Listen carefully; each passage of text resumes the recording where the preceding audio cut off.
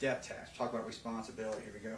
Get rid of the death tax. Nobody likes taxes, and we're about to all go celebrate T-Day on the 15th. The absolute most ridiculous tax we've got in this country is the death tax. If you work your entire life, you know, most of us get married, have children, and we work for our children. You know, and we want to leave them something. We want to leave our legacy to our children. We've already been taxed on this money. Why in the world does the government need to come in and take up to half of it again? You know, you want to, you know, when you pass away and you go on to your Creator, that you're leaving something for your family, not just memories, but, you know, some support, or that family home that they grew up in, or that land that they always played on. And a lot of people just can't afford the death tax. They find themselves having to liquidate their belongings, or they might, you know, have been given a nice big piece of land by their father and their mother. Was a farmland, but there's no cash to pay the taxes on. They can't borrow the money. If there's ever a ridiculous tax in this country, it's the death tax. And absolutely, I want to spend every day trying to get rid of it. I don't see that as a necessity. A lot of taxes we've got are, you know, ridiculous anyway, but there is none other than the death tax. Let's get rid of the IRS. How about that? Let's get rid of the IRS. Let's My get a fair father- tax. A fair tax or a flat A tax. fair tax or flat tax would be great. No tax would be great. Getting rid of the IRS, I'm going to say my father would have agreed with you, because when my parents got divorced, my mother went and married somebody from the IRS. I'm a small entrepreneur, and I'm about to go under. They're driving me out of business. All the fat cats are getting the bailout. The little entrepreneur, the little businessman. I mean, I'm about to go out. They will tax you and tax you and tax you, and you're right. I mean, it's unfair. And I don't know what business you're in, but I'm sure you probably hire people and you have employees. When you go under, it's not just you; it's the people that work for you, or the business that you create. You know, taxes. There definitely needs to be a fair tax or a flat tax. It's probably going to be, I don't know, I think there's a push now for somewhat of a two-tier tax system. I mean, I hope it gets some momentum.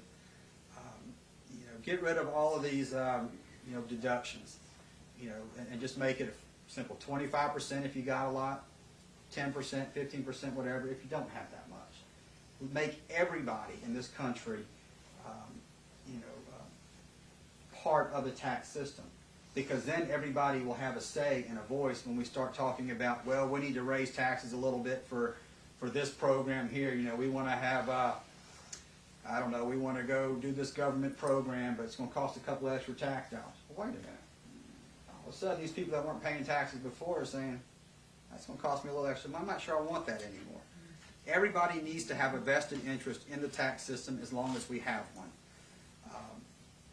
So how that comes out, I don't know. I don't know enough about the pros and cons of both the flat tax or the fair tax to say I'm on board 100% with either one. But either one, I can promise you, is better than what we got now. Well, I believe in 1934, when it was written, it was never to exceed 3%. Well, here's a perfect example. We don't even need it, and it was supposed to go back the way. Like our pay-as-you-go joke. Yeah. 3 years. And then they voted, oh, well, y'all want to keep it? Yeah, everybody wants pay-as-you-go. Yeah. Pay-as-you-go, everybody wanted it. It was a tax we voted ourselves. I just spent 2 days going over my taxes and an hour in the accountant office trying to make sure we were both on the same page, making sure everything made sense. I mean, that's all make right. sure. Don't worry about it. Tim Geithner said it's okay. Yeah, I know, right? Well, just, you know, sign Tim said it's okay on my form. You know, it's ridiculous that you spend that much time and effort of, you know, my time, which could be spent doing other, you know, productive things. The IRS's time to go over all this, it's not necessary. Just get rid of deductions, you know, and all these thousands of pages in this code of you know, rules and loopholes. And let's just make it simple. You know, after Hurricane Katrina is one of the things that really gets me about the inefficiencies of the tax code. We were all hit a lot worse during Hurricane Ivan. Would you all agree? You know, I live at, you know, my development is right there where the Ivan came over, wiped out everything around us. Federal government said, well, you know what, we don't take care of private property, that was FEMA. No tax breaks, no anything to help us rebuild. Katrina came along, and you know, a little bit of wind, a little bit of flooding, nothing near as bad. All of a sudden, we were inundated with all of these tax exempt things and tax write-offs that, you know, were applicable to us, the GO zone stuff. I mean, it's ridiculous, you know, and you know, you spend all this time trying to figure it out. It's not necessary. You know, it's inefficient for one. It didn't come when we needed it, but